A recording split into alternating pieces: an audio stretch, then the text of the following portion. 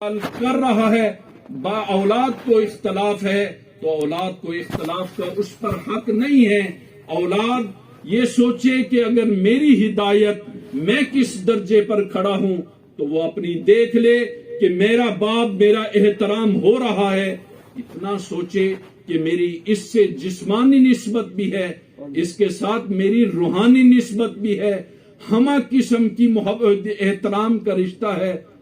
اگر وہ احترام نہیں کر رہا تو سمجھ لیں کہ وہ ہدایت پر نہیں ہے۔ وہ بنیاد ہیں، ماں باپ بنیاد ہیں۔ انسان سوچے کہ میں ہدایت پر ہوں یا نہیں۔ اگر اس کی آنکھ قرآن کو دیکھ کر اپنی آنکھ کو ٹھنڈا کر رہا ہے، آنکھ ہدایت پر ہے۔ اگر وہ سوچتا ہے کہ ہدایت، میں اپنی ہدایت آنکھوں سے پرکھنا چاہتا ہوں، یہ آنکھ کہاں جا رہی ہے، کس کو دیکھ رہی ہے، اگر یہ آنکھ غلط نہیں دیکھ رہی سمجھ لیں کہ یہ ہدایت پر ہے۔ اگر زبان کی ہدایت دیکھنا چاہتے ہیں، یہ قرآن سے بول رہی ہے، یہ قرآن بولتی ہے، یہ اچھا بولتی ہے، یہ سلام کرتی ہے، یہ سمجھ لیں کہ یہ ہدایت پر ہے۔ اگر کسی کو دیکھ کر سلام نہیں کر رہا، آجزی کا جو ہے وہ آجزی میں اپنے آپ کو پیش نہیں کر رہا، سمجھ لیں کہ یہ زبان ہدایت پر نہیں ہے۔ اگر سوچیں کہ عقل ہدایت پر نہیں، عقل اچھا سوچ رہی ہے، اللہ نے اس کا دائرہ کار بنایا ہے، اگر عقل کو دیکھنا چاہتے ہیں، یہ دیکھ رہی ہے، عقل سوچ رہی ہے، اور یہ سوچنے میں اچھا سوچ رہی۔ ماں باپ کو دیکھ کر، کسی غریب کو دیکھ کر اگر انسان کو غصہ نہیں آتا، محبت آتی ہے، گھر میں جاتا ہے، اولاد کو دیکھتا ہے، بیوی کو دیکھتا ہے، باپ کو دیکھ کر کہتا ہے کہ میرا حج یہی ہو گیا، ماں کو دیکھتا ہے تو یہ سمجھتا ہے کہ اس کے قدموں کے نیچے جو ہے وہ جنت ہے، باپ کو دیکھتا ہے تو یہ سمجھتا ہے یہ جنت کا دروازہ ہے، تو اس کو دیکھ کر اس کے دماغ کو سکون مل رہا ہے، تو یہ سمجھیں کہ یہ ہدایت پر ہے۔ یہ ہدایت ہے، ہدایت کا آخری درجہ ہے۔ زبان بول رہی، گالم گلوچ کر رہا ہے، سمجھ لیں کہ یہ ہدایت پر نہیں، قدم اٹھ کر نیکی کی طرف جا رہے ہیں، تو یہ ہدایت کے لیے، یہ ہدایت کے معراج کے درجے پر پہنچ گیا ہے۔ اگر یہ اس کے قدم نیکی کے لیے نہیں اٹھ رہے، گناہ کے لیے یہ دور تک چلا جاتا ہے، سمجھ لیں کہ یہ اس کا پورا جسم جو ہے وہ ہدایت پر نہیں ہے۔ اگر قرآن سے ہدایت زندگی کا خلاصہ ہے، ہدایت اگر صحیح راستے پر چلیں گے یہ زندگی چلے گی، اگر صحیح راستے پر نہیں چلیں گے، اپنے دماغ سے سوچیں گے، اپنا ہی دائرہ کار بنائیں گے، تو سوال ہی پیدا نہیں ہو سکتا کہ یہ موصل الی المطلوب، یہ مطلوب مقصود جگہ تک یہ پہنچ سکے، یہ نہیں ہو سکتا۔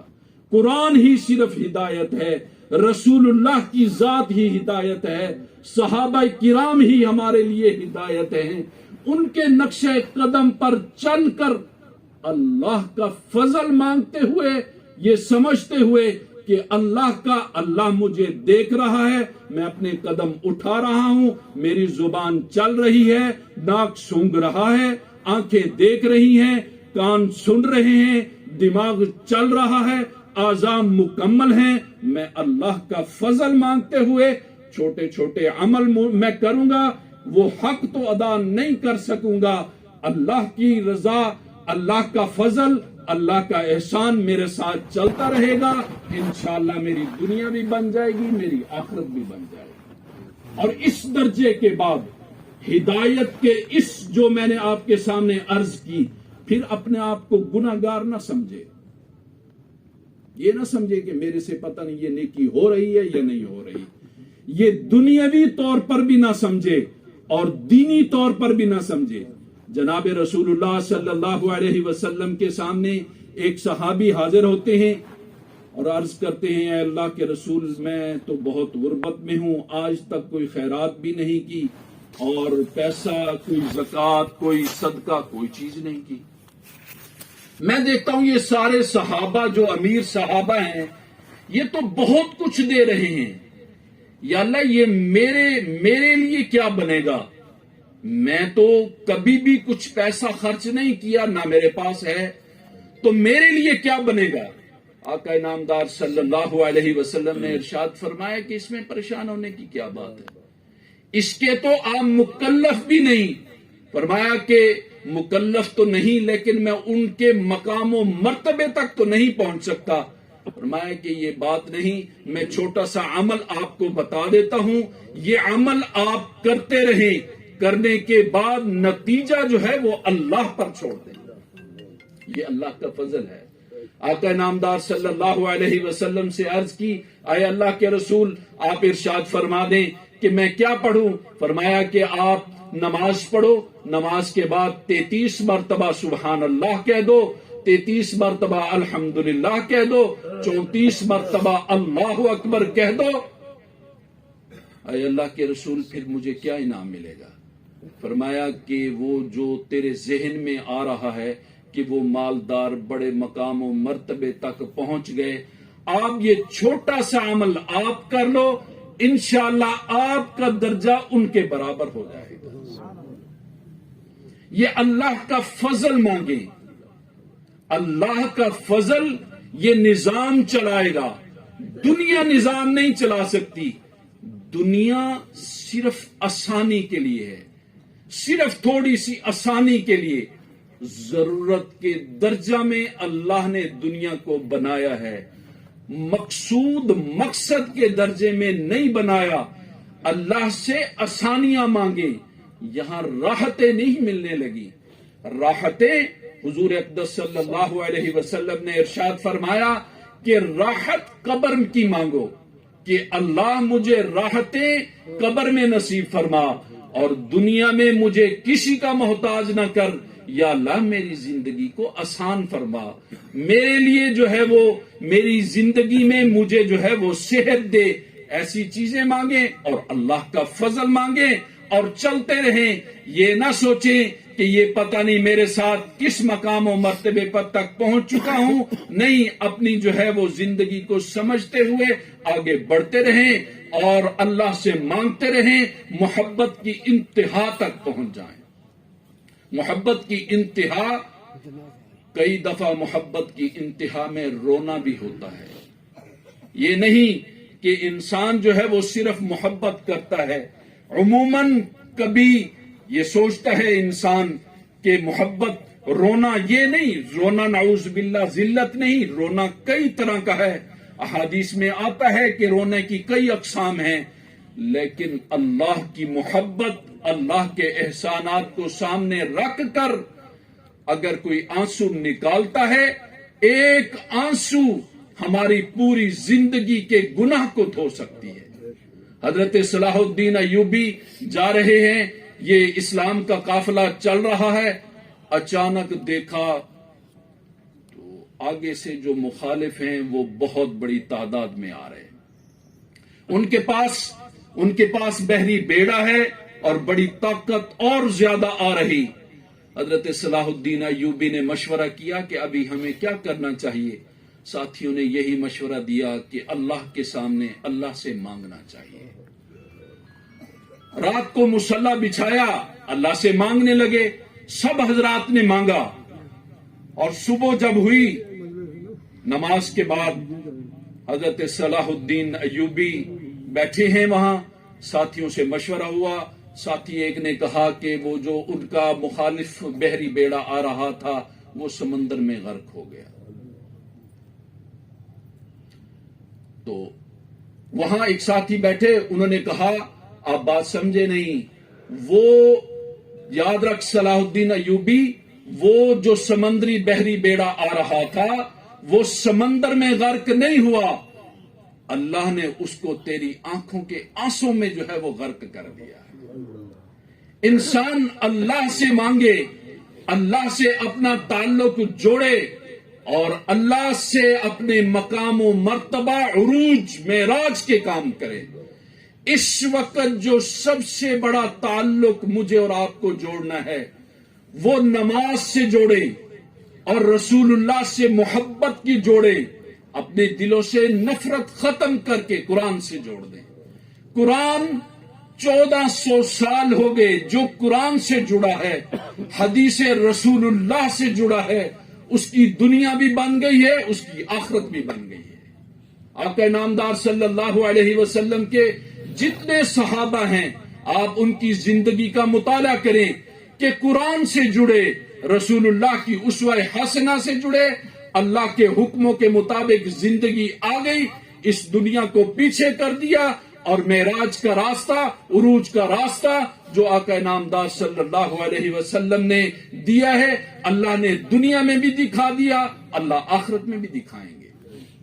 ایک تاجر جاتے ہیں شام کے علاقہ میں، وہ وہاں جا کر اپنا سامان لے کر مدینہ منورہ کی منڈی میں آ جاتے ہیں۔ وہاں آئے اور جب شام کے علاقہ میں گئے تو وہاں سامان بھی لیا، سامان کے ساتھ جو ہے وہ ایک غلام بھی لے لیا۔ سستے داموں میں ایک غلام مل رہا تھا، ظاہراً کام کرنے والا نظر نہیں آ رہا تھا، تو انہوں نے سوچا کہ مدینہ منورہ یہ سامان بھی لے کر جا رہا ہوں، ایک یہ غلام بھی ساتھ لے جاتا ہوں۔ جب مدینہ منورہ کی منڈی میں پہنچے، وہاں سامان بھی رکھ دیا اور غلام وہاں جو ہے وہ غلام کو سامنے کھڑا کر دیتے، اور وہاں غلام کو بھی فروخت کرتے اور سامان کو بھی فروخت کرتے۔ سامان تو بک گیا لیکن غلام نہیں بک رہا، غلام وہیں کھڑا ہے۔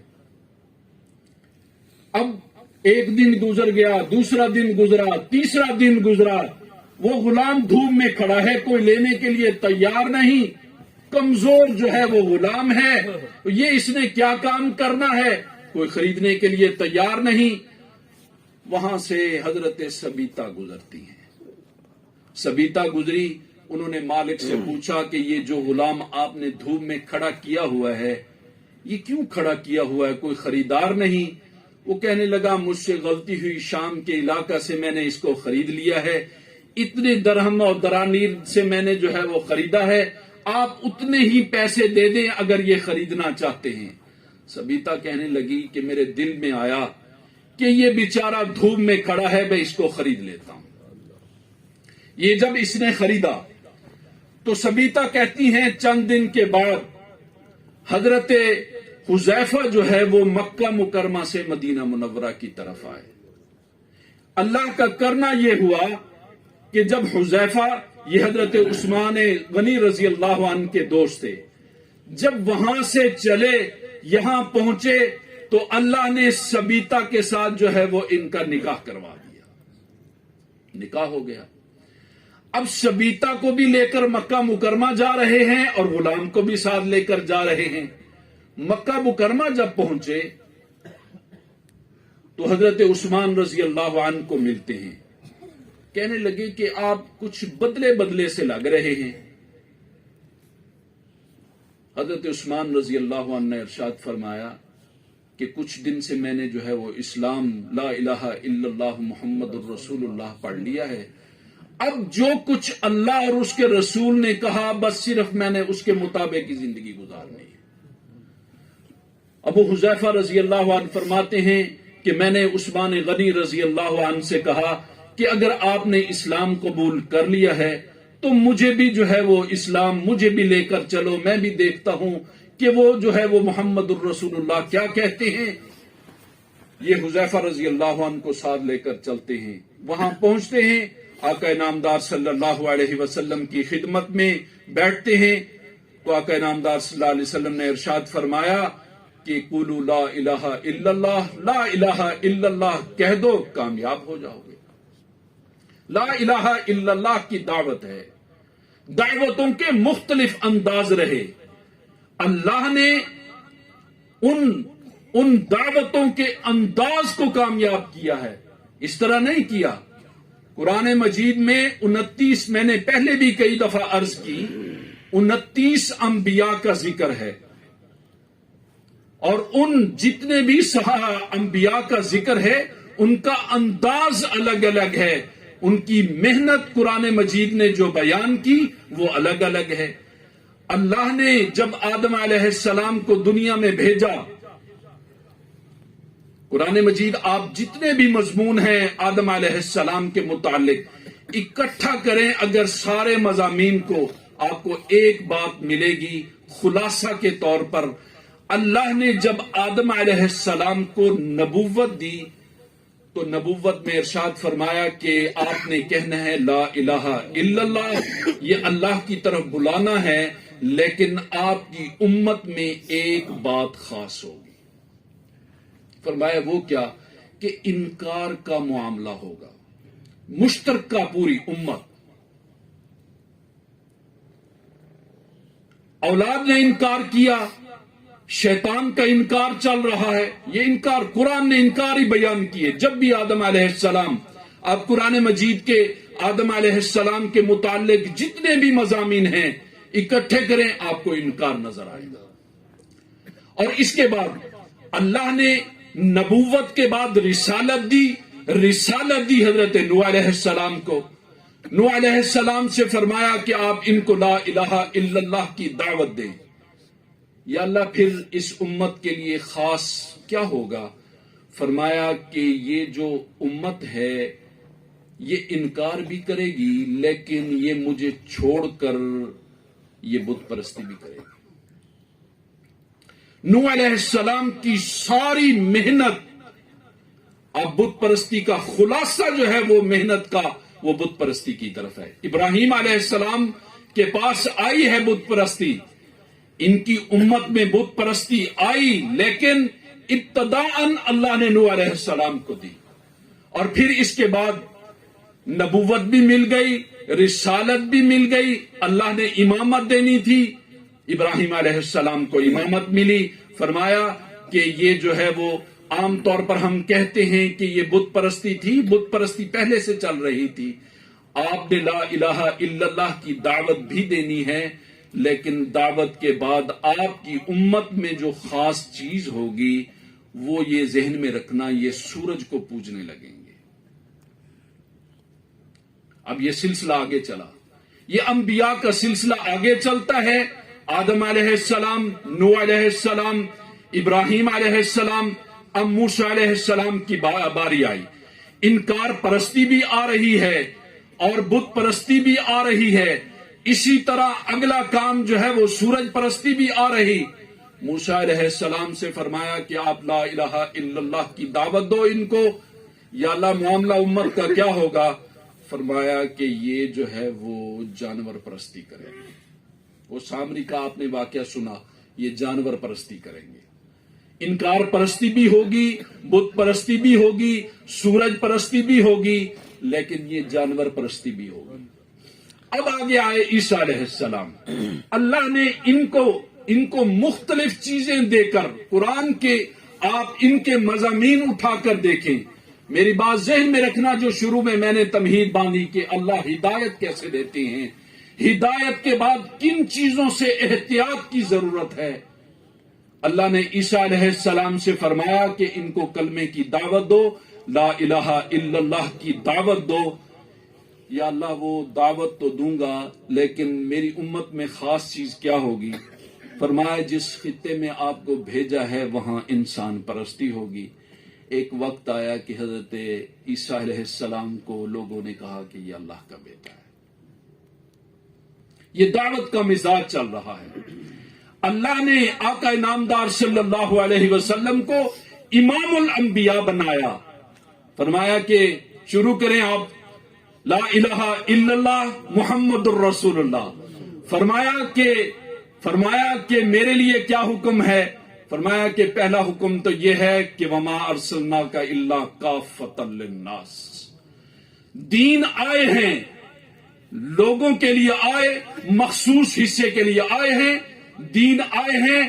ان دینوں کی ان کی نسبت وقت نہیں، ان کی نسبت لوگوں کی طرف، ان کے دین کی نسبت قوم کی طرف ہوگی، ان کے دین کی نسبت قوم، لوگ یا شخص کی طرف ہوگی۔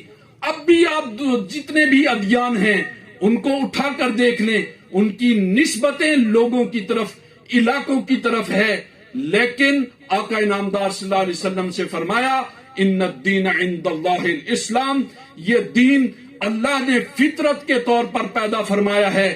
پہلا حکم کہ پوری کائنات کے لیے آپ کو نبوت، وما ارسلناک الا کافۃ للناس. اب کافۃ للناس، ھدی للناس جو میں نے پہلے آپ سے عرض کی وہ ھدی للناس ہیں، ادھر کافۃ للناس ہیں. اگر نبوت جناب رسول اللہ صلی اللہ علیہ وسلم کی نبوت کی خاص چیزیں آپ قرآن سے نکال کر دیکھیں، آپ کو ہر پارے میں خاص چیزیں ملیں گی. نبوت ھدی للناس سے شروع ہو رہی ہے اور ختم ہو رہی ھدی للمتقین تک، اور وہاں سے درجے بنائے ہیں کہ کس درجے میں نے آپ سے وہ سارے درجے عرض کیے، اور اس درجوں میں یہ صحابہ جا رہے ہیں. اللہ ان سے ایسے نہیں راضی ہوئے. میں عرض کر رہا تھا کہ وہ سبیتا حضرت حذیفہ جا رہے، حضور اقدس صلی اللہ علیہ وسلم کی خدمت میں حاضر ہوئے. فرمایا کہ اگر آپ جو ہے وہ اگر اسلام قبول کر لو تو میں تمہیں جنت کی ضمانت دیتا ہوں. فرمایا کہ ٹھیک ہے، میں کلمہ طیبہ پڑھتا ہوں، لا الہ الا اللہ محمد الرسول اللہ. گھر آتے ہیں، سبیتا پوچھتی ہیں کہ اب کہاں گئے تھے؟ فرمایا کہ محمد الرسول اللہ صلی اللہ علیہ وسلم کی خدمت میں حاضر ہوا تھا. فرمایا کیا کیا؟ انہوں نے عثمان غنی رضی اللہ عنہ بھی ساتھ تھے اور میں بھی وہاں ان کے ساتھ تھا. وہ ان کی زبان کی چاشنی ایسی تھی کہ انہوں نے مجھے ضمانت دی ہے، میں نے کلمہ طیبہ پڑھ لیا. سبیتا کہنے لگے اگر یہ کام تو نے کیا ہے تو مجھے بھی ساتھ لے کر جل، میں بھی حضور اقدس صلی اللہ علیہ وسلم کی خدمت میں جا کر کلمہ پڑھنا چاہتی ہوں. جب یہ تینوں لوگ پھر کلمہ پڑھ کے آتے ہیں، آگے غلام بیٹھا ہوتا ہے جس کو کوئی خریدنے کے لیے تیار نہیں تھا. گھر آئے، سبیتا نے کہا غلام بات سن، میں نے کلمہ پڑھ لیا محمد الرسول اللہ صلی اللہ علیہ وسلم کے، میں جو ہے وہ اسلام لے کر آئی ہوں، آج کے بعد جو ہے وہ تو آزاد ہے، تو جو چاہے کرنا چاہے کر لے. حضرت سبیتا کہتی ہیں کہ غلام کہنے لگا کہ میں ایک دن حضور اقدس صلی اللہ علیہ وسلم کی خدمت میں بیٹھا تھا، میں نے خاموشی سے آپ کو بتایا نہیں، میں نے کلمہ طیبہ پڑھ لیا تھا.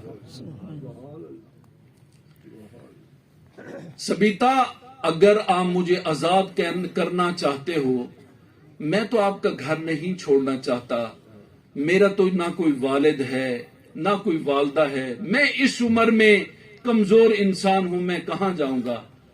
حضرت سبیتا نے کہا کہ ٹھیک ہے، کھانا بھی میں دوں گی اور تیرا خیال بھی میں کروں گی، تو اپنا کام خود کر، کیا کرنا چاہتا ہے. فرمایا کہ اگر آپ کا مشورہ ہو تو حضور اقدس صلی اللہ علیہ وسلم بچوں کو لے کر بڑوں کو لے کر قرآن سکھاتے ہیں، میں قرآن کے لیے نہ چلا جاؤں. فرمایا تو کمزور ہے، اگر تو قرآن کے لیے جانا چاہتا ہے تو جا کے ان کی تربیت میں بیٹھ جایا کر. یہ غلام جاتے ہیں، حضور اقدس صلی اللہ علیہ وسلم سے داخلہ لے لیتے ہیں، وہاں بیٹھ کر قرآن پڑھتے ہیں. ایک وقت آیا، حضور اقدس صلی اللہ علیہ وسلم نے ارشاد فرمایا کہ بھئی ہجرت کرنی ہے مدینہ منورہ کی طرف. صحابہ نے فرمایا کہ قرآن کے لیے جو ہے وہ کون سا کسی کو منتخب فرمایا وہ جو سالم غلام ہے اس کو ساتھ لے لو، اس سے اچھا قرآن کوئی بھی نہیں پڑھتا. جس کو کوئی خریدنے کے لیے تیار نہیں تھا، رسول اللہ فرما رہے ہیں کہ اس سے اچھا قرآن کوئی نہیں پڑھتا. حضرت سالم فرماتے ہیں کہ میں مدینہ منورہ میں چلا گیا، جب میں وہاں پہنچا ایک وقت آیا کہ میں مسجد نبوی میں بیٹھا تھا تو حضور اقدس صلی اللہ علیہ وسلم نے حضرت عائشہ کو آواز دی. حضرت عائشہ جو ہے وہ میری تلاوت سن رہی تھی. حضرت عائشہ رضی اللہ عنہا تھوڑی سی دیر میں پہنچی حضور اقدس صلی اللہ علیہ وسلم کے پاس. تو حضور اقدس صلی اللہ علیہ وسلم نے پوچھا کہ آپ کہاں رہ گئی تھی، میں نے آپ کو آواز دی آپ آئے نہیں. کہنے لگے کہ وہ جو غلام مدینہ منورہ سے آیا تھا، میں اس کا قرآن سن رہی تھی. کیا کمال قرآن سن رہا. حضور اقدس صلی اللہ علیہ وسلم نے یہ بات سنی، کپڑا اٹھایا اور جا کر جو ہے وہ سالم سے قرآن سننے لگے. اور سالم سالم نے جب حضور اقدس صلی اللہ علیہ وسلم کو دیکھا تو خاموش ہو گئے، اور حضور اقدس صلی اللہ علیہ وسلم نے فرمایا کہ سالم، میں نے اندر تیرا قرآن سنا تھا، اب میں تیرے سامنے بیٹھ کر تیرا قرآن سننا چاہتا ہوں۔ حضور اقدس صلی اللہ علیہ وسلم نے قرآن سنا۔ حضرت سالم فرماتے کہ آگے سے ایک جملہ ارشاد فرمایا، خدا کی قسم سالم کو وہ دن یاد آئے مدینہ منورہ کے، کوئی خریدنے کے لیے تیار نہیں تھا، دھوپ میں کھڑا رہتا تھا، قرآن نے شان دی۔ حضور اقدس صلی اللہ علیہ وسلم نے ایک جملہ کہا، میری ساری پوری سابقہ زندگی کے دکھ ان سے معاف ہو گئے، سارے مجھے سارے دکھ جو ہے وہ بھول گئے۔ حضور اقدس صلی اللہ علیہ وسلم نے اٹھایا، کہا سالم کھڑے ہو کر کہنے لگے، سالم میں تیرے لیے ایک جملہ کہنا چاہتا ہوں۔ آقا فرمایا کہ سالم، آپ جو قرآن پڑھ رہے تھے مجھے بہت مزہ آیا، میں تو یہ سمجھتا ہوں میری امت کی خوش نصیبی ہے کہ سالم جیسا انسان اللہ نے امت محمدیہ میں بھیجا ہے۔ اللہ کے دین کے ساتھ جو جڑا، اللہ نے اس کو چمکا دیا ہے۔ اپنے دماغ، اپنے علم کو نہ دیکھیں۔ ایک وقت آیا کہ مسجد قباء بنی تو کس کو امام کھڑا کریں؟ فرمایا کہ سالم سے تو اچھا کوئی قرآن سن ہی نہیں سکتا۔ خلیفہ دوم حضرت عمر رضی اللہ عنہ جاتے ہیں، اور یہ خلیفہ ہیں، نماز کا وقت ہوا، نماز کے وقت دیکھتے ہیں کہ اب کس نے نماز پڑھانی ہے، تو حضرت سالم دیکھنے لگے کہ خلیفہ دوم ہیں، دیکھتے ہیں آگے بڑھ کر کون نماز پڑھاتا ہے، تو وہ دیکھنے لگے شاید آگے بڑھیں۔ حضرت عمر رضی اللہ عنہ نے ارشاد فرمایا کہ سالم میں تیرا قرآن سننے کے لیے تو قباء میں آیا۔ یہ قرآن کی شان ہے کہ سالم کس نوعیت تک تھا۔ آج ہم اگر کامیابی چاہتے ہیں اپنے آپ کو بدل لیں، یہ وقت ہے، اس کو غنیمت سمجھیں۔ خدا کی قسم یہ قرآن ہے، اس کو اگر میں آنکھوں سے دیکھوں الفاظ نظر آتے ہیں، اگر میں عقل سے دیکھوں علم نظر آتا ہے، اگر اس قرآن کو دل سے دیکھوں مجھے محبت نظر آتی ہے، اگر اس قرآن کو روح سے دیکھوں خدا نظر آتا ہے۔ اس کو کھول کے تو دیکھیں، اس سے آنکھیں ٹھنڈی کر کے تو دیکھیں، یہ دیکھیں یہ قرآن کلام اللہ ہے۔ خدا کی قسم اسے پڑھیں محسوس ہوتا ہے لہجہ رسول اللہ ہے۔ یہ وقت ہے اپنے آپ کو بدلنے کا۔ اللہ نے اس کو عمر سامنے نہ رکھیں، محتاجی سامنے نہ رکھیں، بڑھاپا سامنے نہ رکھیں، جوانی کو نہ دیکھیں کہ اب جوانی ہے دیکھ لیں گے کوئی بات نہیں۔ اب وقت ہے، بن بلائے مہمان آنے والا ہے۔ 3 مہمان بن بلائے آئیں گے، رزق بھی بغیر بلائے آئے گا، نصیب بھی بن بلائے مہمان ہے، موت بھی بن بلائے مہمان ہے۔ اس مہمان کا کوئی پتہ نہیں۔ والد صاحب رحمت اللہ علیہ فرمایا کرتے تھے، بدلو اپنے آپ کو، زمیں بدلی زماں بدلا، مکیں بدلے مکان بدلا، نہ تو بدلا نہ میں بدلا، تو پھر بدلا تو کیا بدلا۔ اللہ رب العزت یہ سال بدل رہے ہیں، زندگی کی نوعیت بدل رہی ہے۔ آپ اور میں جو ہے وہ اپنی زندگی کو بدلیں۔